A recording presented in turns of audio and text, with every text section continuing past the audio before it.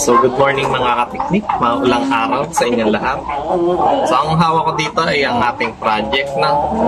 So ito ay nasa 8 month na. Ready for breeding na to. Medyo maga na yung kanyang puwetan. Bawasan lang natin ang balahibo para medyo madali sa kanila ang mag-mate. Para isang mate pa lang successful na. So ganito lang maghanda ng inahin kapag mag-breeding na. So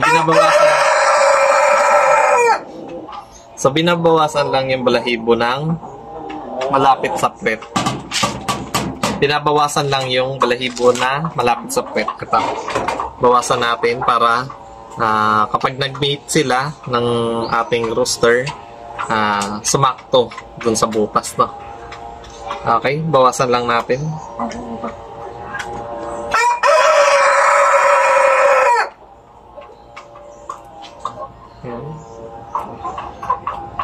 So may 6 tayo na inahin ang project natin.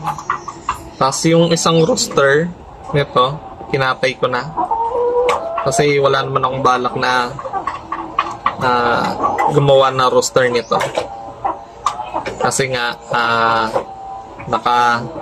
naka-program na to ng breeding kung saang lahi na.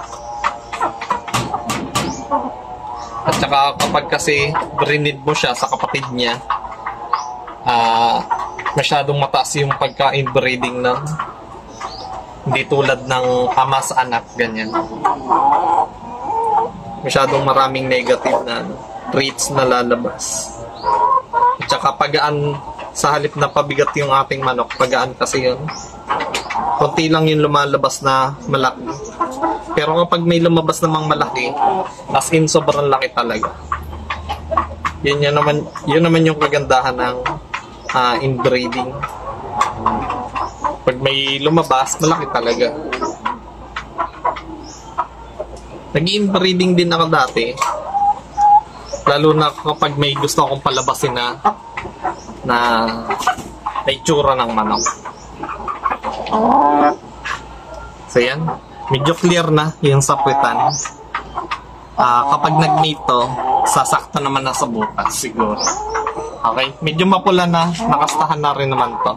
Pero para sigurado, binawasan na natin yung buhok or balahibo sa may puwetan na.